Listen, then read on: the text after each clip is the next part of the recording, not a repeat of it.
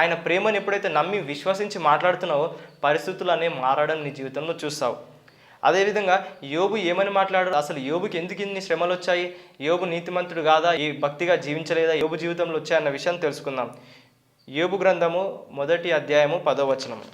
నీవు అతనికి అతని ఇంటి వారికిని అతనికి కలిగిన సమస్తమును చుట్టూ కంచె వేసితివి కదా. అంటే సాతాను ఏమంటున్నాడంటే, ప్రభువా నువ్వు యోబుకు కలిగిన సమస్తానికి కంచె వేసావు కాబట్టి అతనికి నేను హాని చేయలేకపోతున్నాను, ఎలాంటి ఇబ్బంది కలిగించలేకపోతున్నాను. నీవు అతని చేతి పనిని దీవించుట చేత అతని ఆస్తి దేశంలో బహుగా విస్తరించి ఉన్నది. అయితే దేవుని యొక్క కంచె ఉన్నది. ఆ కంచె ఎంత ఎత్తుగా ఉందంటే దేవుడు తానే వేసి ఉన్నాడు. ఆ కంచె వేసినప్పుడు యోబుకి ఎలాంటి నష్టాలు రావట్లేదు, అన్ని లాభాలే, జీవితంలో ఆశీర్వాదం, సిరి, సంపద, ఐశ్వర్యం అన్నీ ఉన్నాయి. అయితే సాతాను యోబు జీవితంలో ఒక కార్యం చేయాలనుకుంటున్నాడు. ఏంటంటే యోబును నాశనం చేయాలనుకుంటున్నాడు సాతాను. అయితే సాతాను అతను అనుకున్న విధంగా చేయలేడు, ఎందుకంటే కంచె ఉన్నది. అయితే ఈ కంచెను ఎవరు తీసివేయగలరు అంటే దేవుడే కంచె వేశాడు. ఆ దేవుడు ఎందుకు కంచె తీస్తాడు? అయితే యోబుకి ఎందుకు ఈ శ్రమలు వచ్చాయన్న విషయాన్ని మనం గ్రహించినట్లయితే, ఎందుకు ఈ ఇబ్బందులు పడ్డాడన్న విషయాన్ని గ్రహించినట్లయితే మనం ముందుకెళ్ళి ధ్యానిద్దాము ఎందుకు యోబుకి ఈ శ్రమలు వచ్చాయన్న విషయం. యోబు గ్రంథము 3వ అధ్యాయము 1వ వచనం. తర్వాత యోబు మాట్లాడ మొదలుపెట్టి తాను పుట్టిన దినమును శపించను. అంటే యోబుకు ఏదన్నా శ్రమ వచ్చినప్పుడు ఏం మాట్లాడుతున్నాడు అంటే శ్రమ మాట్లాడుతున్నాడు. ఆ ఇబ్బందిని చూసి శాపములు మాట్లాడుతున్నాడు.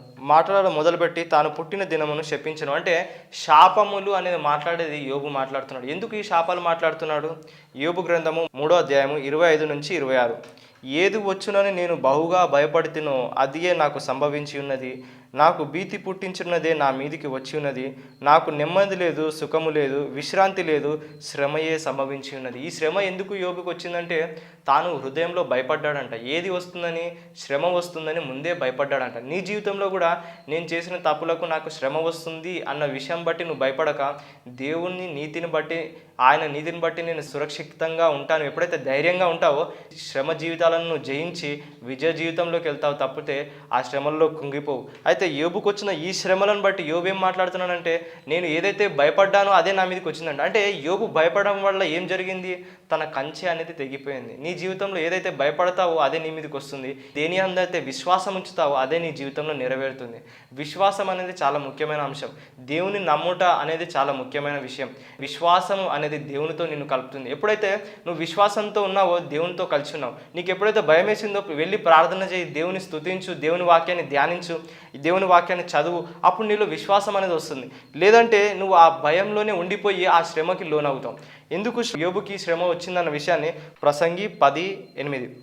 గొయ్య త్రువువాడు దానిలో పడును, కంచె కొట్టువానిని పాము కరుచును. అంటే కంచె ఏ విధంగా కొట్టివేయబడింది యోబు జీవితంలో అంటే, తాను భయంతో ఏ విధంగానైతే మాట్లాడుతున్నాడో, తన భయాన్ని ఏ విధంగానైతే తన నోటి ద్వారా ఒప్పుకున్నాడో, ఏ విధంగా శాపాలు మాట్లాడాడో దాన్ని బట్టి యోబుకు శ్రమ వచ్చింది, తప్పితే యోబుకు వేరే విధంగా రాలేదు. అంటే యోబు శాపం భయపడడానికి ఇంకో కారణం కూడా ఉంది. అంటే ఆయన హృదయంలో ధర్మశాస్త్రం అనేది ఉన్నదని మీరు గ్రహించాలి. ఎప్పుడైతే నువ్వు ధర్మశాస్త్రాన్ని వింటూ, ధర్మశాస్త్రాన్ని ఎప్పుడైతే పాత నిబంధనను ధ్యానిస్తూ దేవుని శాపాలను ధ్యానిస్తున్నావు అనుకో, అప్పుడు నీలో భయం పడుతుంది. అయితే ఎప్పుడైతే సిలువను రక్తం ద్వారా మనం నీతిమంతులము, సిలువ యాగం నువ్వు ఎప్పుడైతే ధ్యానిస్తావో నీ లోపల విశ్వాసం అనేది వస్తుంది. ఈ విశ్వాసం ద్వారా నువ్వు మాట్లాడినప్పుడు పరిస్థితులు మారుతాయి. ఎప్పుడైతే నువ్వు ఈ భయంలో ఉండి ఈ చీకటి సంబంధమైన మాటలను, శాపాలను నువ్వు ఎప్పుడైతే మాట్లాడతావో అవి నీ జీవితంలో చూస్తావు. అయితే భయపడుట అనేది సాతాను సంబంధమైంది. భయము అనేది సాతాను ఏ విధంగా పనిచేస్తాడు ఒక వ్యక్తి జీవితంలో అంటే భయంతోనే పనిచేస్తాడు. ఎప్పుడైతే నువ్వు భయంతో ఉండి నువ్వు ఏదైనా కార్యం చేయడానికి ఉంటావో అప్పుడు సాతాను ఇంకా భయపెట్టి కృంగి తీసి నిన్ను ఆ కార్యం చేయకుండా చేస్తాడు. ఎప్పుడైతే విశ్వాసం ద్వారా ముందడుగు వేసి దేవునితో నువ్వు విశ్వాసంతో కలిసి నువ్వు ఎప్పుడైతే మాట్లాడతావో పరిశుద్ధాత్మ సహాయంతో, అప్పుడు దేవుడు గొప్ప కార్యాలు నీ జీవితంలో చేస్తాడు. ఇదే విషయాన్ని కొంతమంది తెలిసి కొన్ని మాటలు మాట్లాడతారు, తెలియక కొంతమంది కొన్ని మాటలు మాట్లాడతారు. వారిలో ఉన్న భయాన్ని వ్యక్తపరుస్తుంటారు. నేను చనిపోతే బాగుండు అని భయంతో మాట్లాడుతుంటారు. కొంతమంది చస్తే బాగుండు, ఇంకొంతమంది ఏమంటారంటే ఇది నాకు రాదు, ఇది నాకు అసాధ్యమని. అంటే నీలో ఉన్న భయాన్ని నువ్వు మాట్లాడకుండా వాక్యాన్ని చదివి నీ హృదయంలో విశ్వాసాన్ని నింపుకొని ఆ విశ్వాసంతో మాట్లాడు. దాంతో పూర్తిగా ఒప్పింపబడి మాట్లాడమని ప్రభు నామంలో మనవి చేస్తున్నాను. ఈ విషయాన్ని మనము ఆదికాండము 31వ అధ్యాయము 32వ వచనం చూద్దాం. ఎవని యొద్ద నీ దేవదూతలు కనబడునో వారు బ్రతకకూడదు. నీవు నా యొద్దనున్న వాటిని మన బంధువుల ఎదుట వెదకి నీ దానిని తీసుకొనుమని లాబానుతో చెప్పాను. రాహేలు వాటిని దొంగలనని యాకోబుకు తెలియలేదు. అయితే ఎప్పుడైతే లాబాను వచ్చి యాకోబుతో ఏమంటున్నాడంటే, నా దేవదూతలు నీ దగ్గర ఉన్నాయి, వాటిని ఎత్తుకొని పారిపోతున్నావు అని అన్నప్పుడు యాకోబు ఏమంటున్నాడంటే, రాహేలు ఆ దేవదూతలను దొంగతనం చేసిందని యాకోబుకు తెలియదు. అయితే యాకోబు ఏమంటున్నాడు, అయితే ఎవరి యొద్దనైతే ఈ దేవదూతలు కనిపిస్తాయో వారు బ్రతకకూడదు అని తన నోటి ద్వారా ఒక శాపాన్ని విడుదల చేస్తున్నాడు. వారు బ్రతకక చావాలి అన్న విషయాన్ని ఒప్పుకున్నాడు. తెలియకుండానే ఆ విషయాన్ని ఒప్పుకున్నాడు. తెలిసి ఒప్పుకున్నా తెలియక ఒప్పుకున్నా నీ మాటలు అనేవి ఆత్మ సంబంధమైన విషయాలు అని నువ్వు గ్రహించాలి. అయితే ఎప్పుడైతే ఆ విషయాన్ని ఒప్పుకున్నాడో అతని జీవితంలో ఏం జరిగిందో చూద్దాం. అతని భార్య జీవితంలో ఆదికాండము 35:16-19. వారు బేతేలు నుండి ప్రయాణమై పోయిరి. ఎఫ్రాతును వెళ్ళు మార్గంలో మరికొంత దూరము ఉన్నప్పుడు రాహేలు ప్రసవించుచు ప్రసవ వేదనలో ప్రయాసపడెను. ఆమె ప్రసవం వలన ప్రయాసపడుచున్నప్పుడు మంత్రసాన ఆమెతో, భయపడకుము, ఇది నీకు కుమారుడగునని చెప్పెను. ఆమె మృతి నొందెను. ప్రాణము పోచుండగా ఆమె అతని పేరు బెనూని అని అనెను. అతని తండ్రి అతనికి బెన్యామీను అను పేరు పెట్టెను. అయితే ఇక్కడ గ్రంథంలో చూసినట్లయితే రాహేలు మృతి పొందిన విషయాన్ని ఇక్కడ రాయబడి ఉన్నది. 19వ వచనం. అట్లు రాహేలు మృతి పొంది బెత్లెహేమును ఎఫ్రాయిము మార్గము పాతిపెట్టబడిన. అంటే ఎక్కడైతే దేవుడు వాగ్దానం చేశాడో ఆ వాగ్దాన భూమికి వెళ్లకుండానే మధ్యలోనే ఈ రాహేల్ అనేది చనిపోవడం జరిగింది. ఏ విధంగా చనిపోయిందంటే, రాహేలు గురించి ఎప్పుడైతే ఒక ప్రవక్త, యాకోబు ప్రవక్త అయి ఉన్నాడు కాబట్టి తన నోటి ద్వారా ఒప్పుకున్నాడు. ఏమని ఒప్పుకున్నాడంటే, తెలియకుండానే ఒప్పుకున్నాడు. ఎవరైతే దొంగలిల్లారో వాళ్ళు మరణించాలి అని ఎప్పుడైతే ఒప్పుకున్నాడో ఆ శాపం అనేది ఈమె జీవితంలో నెరవేరింది. అయితే ఆ శాపాన్ని దేవుడు మాట్లాడలేదు, కానీ ఒక ప్రవక్త అంటే ఒక వ్యక్తి మాట్లాడడం ద్వారా జరిగింది. అయితే నీకు తెలియకుండానే నీ పిల్లలను నువ్వు శపించవద్దు. అరే విధవా, నువ్వు పనికిరాని వాడవు, నా పనికిరాని విధవా అన్నట్టు, అంటే ప్రేమగా నువ్వు మాట్లాడినా సరే నీకు తెలియకుండా కొన్ని శాపాలు మాట్లాడకు. వారి జీవితంలో అవి పనిచేసి వారి జీవితాన్ని నాశనం చేస్తాయి. నీ కుమారుల విషయంలో కానీ నీ తల్లిదండ్రుల విషయంలో కానీ తెలియకుండా కూడా నువ్వు ఎలాంటి విషయాలు మాట్లాడొద్దని మనం చేసుకుంటున్నావు. ఎందుకంటే మాటలు ఆత్మ సంబంధమై ఉన్నాయి. నీ మాటలు ఉప్పు వేసినట్లు ఉండాలని దేవుని వాక్యం సెలవిస్తుంది. అయితే నువ్వు మాట్లాడేటప్పుడు విశ్వాసంతో నిండిన మాటలే మాట్లాడాలి తప్పితే వేరే విషయాలు మాట్లాడడం ద్వారా నీకు శ్రమ వస్తుంది. అంటే విశ్వాసం ద్వారా మాట్లాడడం అంటే అస్తమానం బైబిల్ వాక్యాలు ఎత్తి ప్రవచించి మాట్లాడడం అన్నట్టు నేను చెప్పట్లేదు.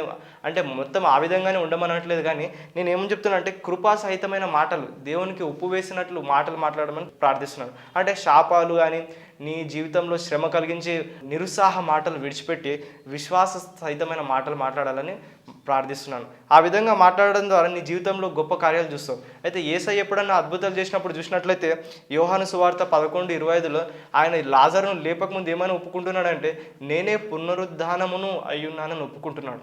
అంటే నేనే పునరుద్ధానమును జీవమును అయ్యున్నాని అంటే ఒక శవాన్ని లేపే ముందు యేసయ్య ఒప్పుకుంటున్నాడంటే నేనే పునరుద్ధానమును జీవమును అయ్యున్నానని ఒప్పుకుంటున్నాడు. అంటే ఆయన మాటలు అనేది ఆ పరిస్థితిని మారుస్తాయని నువ్వు గ్రహించాలి. నీ మాటలే నీ పరిస్థితిని మారుస్తాయి. నీ మాటల వల్లనే గొప్ప కార్యాలు జరుగుతాయి. నువ్వు ఎప్పుడైతే విశ్వసించి మాట్లాడుతున్నావో ఆ పరిస్థితులు మారుతాయి. లాజరుని బయటికి రమ్మన్నప్పుడు యేసయ్య లాజరు బయటికి రా అనేసి ఒక చేయిసాయిగా చూపించలేదు, కానీ లాజరు బయటికి రా అని గట్టి కేక వేస్తాను అని బైబిల్లో ఉంది. అయితే నువ్వు ఎప్పుడైతే విశ్వసించి మాట్లాడుతున్నావో అంటే ఆయన ఎంత విశ్వాసంతో కలిగి ఉంటే ఆ మాట మాట్లాడగలుగుతాడు. నువ్వు కూడా ఈరోజు నీకున్న పరిస్థితిని, ఇబ్బందిని చూసి ఆ పరిస్థితి ఏ విధంగా ఉన్న దాన్ని మాట్లాడుకో. అంటే నాకు ఈ ఇబ్బంది ఉందండి, నేను ఇంత శ్రమలో ఉన్నాను అన్న కన్నీటి వేదనకరమైన మాటలు విడిచిపెట్టి విశ్వాస సంబంధమైన దేవుని మాటలు మాట్లాడు. యెహోవా నా కాపరి, నాకు లేమి కలగదు అన్న విశ్వాస సహితమైన మాటలు దావీదు వలె మాట్లాడదాం. అంటే ఆయన నన్ను పచ్చిక గల చోట నడిపించును అన్న విశ్వాస సహితమైన మాట్లాడదాం. ఆయన నాకు శాంతికర్త, నాకు శాంతినిచ్చేవాడు అనే శాంతి విషయమైన మాటలు మాట్లాడదాం. ఇంకొక విషయంలో యేసు ఏమంటున్నాడంటే యోహాను సువార్త 6:41 నేనే జీవాహారము అని సెలవిస్తున్నాడు. అంటే వారికి ఏదైనా బోధించే ముందు నేనే ఆ జీవాహారాన్ని ఆయన బోధిస్తున్నాడు. అంటే నువ్వు మాటలు బోధించే ముందు, ఆయన స్వస్థతపరిచే ముందు కూడా నేనే లోకమునకు వెలుగును అని సెలవిచ్చి మట్టిని తీసి వారి కంటికి రాసి వాని గుడ్డికి వాని కళ్ళు తెరిచెను అని ఉంది. అంటే ఆయన ఒక అద్భుతం చేసే ముందు ఆయన ఎవరో ఒప్పుకుంటున్నాడు. అదేవిధంగా నువ్వు ఏదైనా చేసే ముందు ఒప్పుకో, దేవుని వల్ల నాకు సమస్తము సాధ్యమని. కొన్నిసార్లు ప్రవచించి నమ్మేంత విశ్వాసం లేకపోయినా సరే నువ్వు ప్రవచిస్తూ ఆ విషయాన్ని మాట్లాడడం ద్వారా నీలో విశ్వాసం అనేది జరుగుతుంది. శిష్యులు వచ్చి ప్రభువా మా విశ్వాసమును పెంచు అన్నప్పుడు ఎవడైనా ఆవగింజంత విశ్వాసం కలిగి ఈ కొండని ఎత్తిపోబడి సముద్రంలో పడు అనే సెలవీయగా అది జరుగుతుంది అని యేసయ్య చెప్పాడు. అంటే విశ్వాసము అనగా మాట్లాడేది. విశ్వాస సంబంధమైన ఒక క్రియ ఏంటంటే మాట్లాడుట. శాపాన్ని కాకుండా నీలో ఉన్న కృపావాక్యం బట్టి, దేవుని యందు విశ్వాసం బట్టి, విశ్వాస వాగ్దానాలు మాట్లాడడం ద్వారా అద్భుతాలు జరుగుతాయి.